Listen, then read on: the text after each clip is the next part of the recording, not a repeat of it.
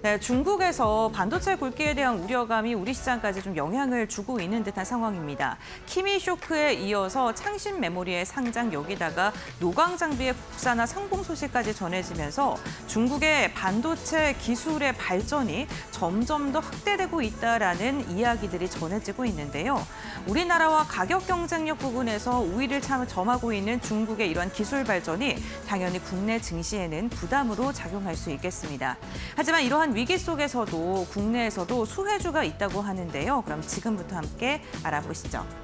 네, 우선 중국 시장에서 들려왔던 가장 큰 이슈부터 정리해 보겠습니다.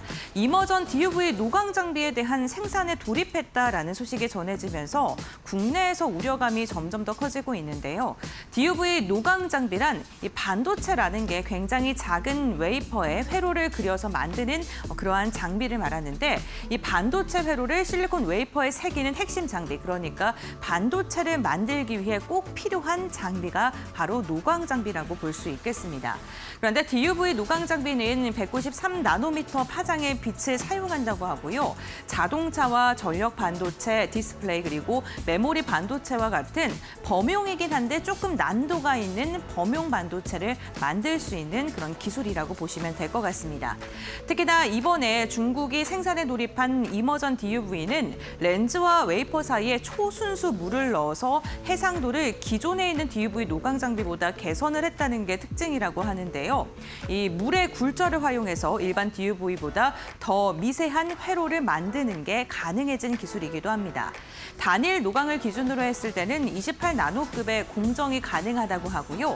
다중 노광으로 적용을 한다면 7나노급까지도 가능한 기술입니다. 사실 EUV 같은 경우에는 5나노 이하의 첨단 공정이 유리하기 때문에 DUV와 EUV를 비교한다면 단연 DUV의 기술력이 훨씬 더 좋은 것은 맞습니다.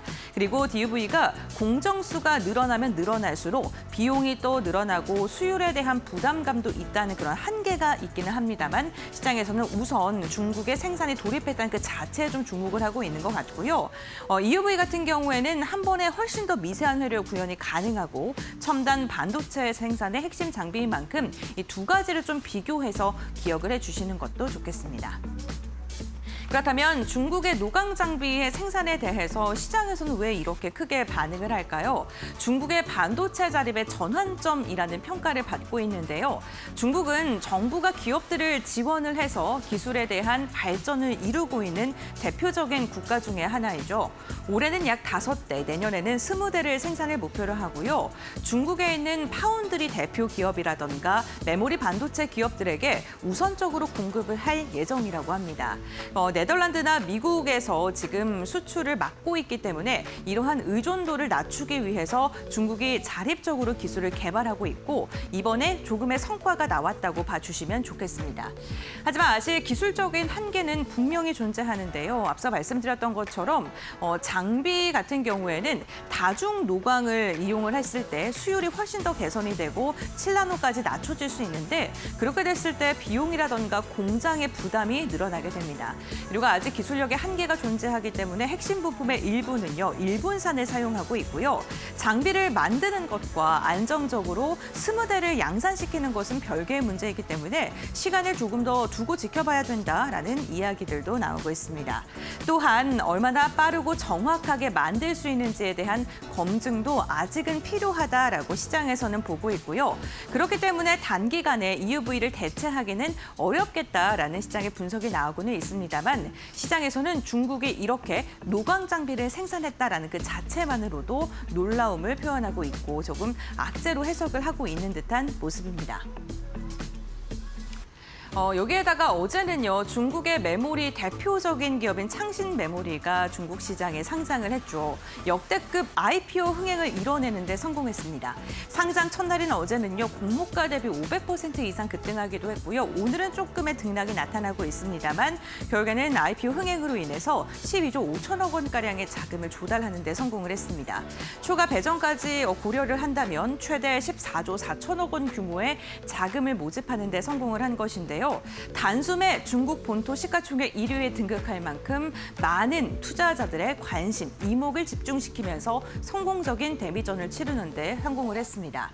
이렇게 지금 CXMT가 상장을 하고 나서 모인 자금에 대해서는 반도체 기술을 개발하는 데 사용을 한다고 하는데요.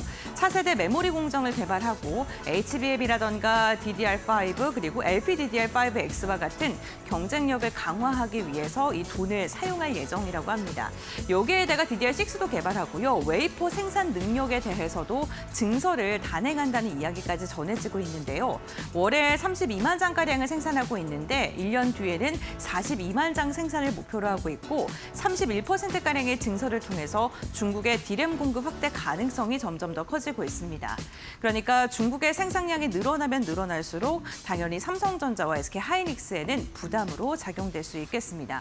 그렇다면 정말로 SK하이닉스와 삼성전자를 위협할 만큼의 기술력을 갖고 있을까요? 시장에서 우려하는 건 범용 D램의 공급 확대, 이 부분을 좀 가장 주목하고 있습니다. 원래 시장에서 100개 정도가 만들어졌다면 이렇게 창신 메모리가 돈을 모으고 투자를 해서 공장을 증설한다면 120개, 130개까지도 범용 D램을 만들 수 있게 되고 그러면 가격 교란이 나타날 수 있다는 건데요. 삼성전자와 SK하이닉스, 마이크론과 같이 3대 기업들은 점유율이나 수익성에 대한 부담감이 커질 수밖에 없는 상황입니다. 여기에다가 이렇게 D램을 판매해서 또 벌어들인 돈을 가지고 HBM 기술을 개발하기 위한 투자를 지속하게 된다면 중국 시장에서의 첨단 메모리의 기술 가속화는 앞으로 더 빠르게 진행될 수 있다는 게 시장의 해석이라고 보면 좋을 것 같은데요.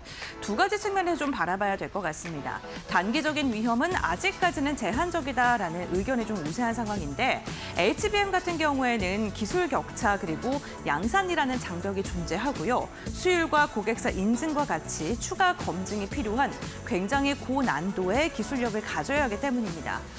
우리가 지난해 삼성전자가 엔비디아의 퀄 테스트 통과를 실패했다는 그 기억을 갖고 있죠. 그리고 통과하는 데 시간이 조금 오래 걸리기도 했는데요. 삼성전자 역시나 세계 최고 기술력을 갖고 있는데도 이 정도라면 중국 같은 경우에는 더 시간이 걸릴 수도 있다라고 시장에서는 바라보고 있는 것입니다. 하지만 장기적으로는 경계감을 가져야 한다는데요. 대규모의 돈을 쏟아붓고 중국에서 세제 혜택이라던가 아니면 정책 지원을 단행하면서 설비 투자를 지속적으로 확대하고 있는 상황이고요. 그렇게 된다면 범용 D램부터 점유율을 점점 더 확장시켜 나가면서 결국에는 D램 가격의 경쟁률이 심화될 수 있다라는 점을 우리는 좀 우려를 해야 된다라는 의견이 좀 엇갈리고 있으니까요. 이 부분도 참고해 보시죠. 그런데 오늘 현대차증권에서 모든 종목들이 피해를 보는 건 아니다. 수혜를 받는 종목들도 있다라고 이야기를 하면서 중국의 반도체 생산이 증가할수록 국내 후공정 소재 업체를 주목해야 된다라는 리포트를 내놨는데요. 대표적으로 두 종목을 언급했습니다. MK전자 같은 경우에는 본딩 와이어를 생산하는 기업인데요. 중국의 업체들에게 좀 제품을 공급하고 있는데 중국의 매출액이 1년 전과 비교했을 때 150% 이상 증가를 한 상황입니다. 중국의 반도체 생산이 확대되게 된다면 본딩 와이어의 수요도 증가하게 되는데 직접적인 수혜를 받을 수 있을 것으로 내다보고 있고요. 덕산 하이메탈 같은 경우에는 솔더볼과 마이크로 솔더볼을 생산하는데 이게 패키지랑 기판을 연결하는 구슬 형태의 제품입니다. 중국향 매출이 전년 대비 120% 증가했고요. 창신 메모리의 점유율이 무려 80%가량을 차지하고 있는 것으로 알려진 만큼 이번에 창신 메모리의 상장 자체가 덕산 하이메탈에게는 굉장히 수혜가 될 수 있다라는 이야기가 나오고 있으니까요. 소재 부품 쪽 좀 보고 계시는 분들은 이 두 종목도 한번 눈여겨보시면 좋겠습니다. 여기에다가 시장의 악재들이 조금 더 나오고 있는데 엔비디아의 순환 출저 우려인데요. 엔비디아가 고객사 AI 인프라 투자를 지원하는데 고객사가 다시 엔비디아의 GPU를 구매하는 형태로 가고 있다는 것에 시장은 의문을 품고 있습니다. 그러니까 이 엔비디아가 실질적으로 AI 수요가 이게 자연스럽게 증가하는 게 아니라 엔비디아가 돈을 투자해서 억지로 수요를 증가시키고 있는 게 아니냐라는 의문이 나오고 있는 거고요.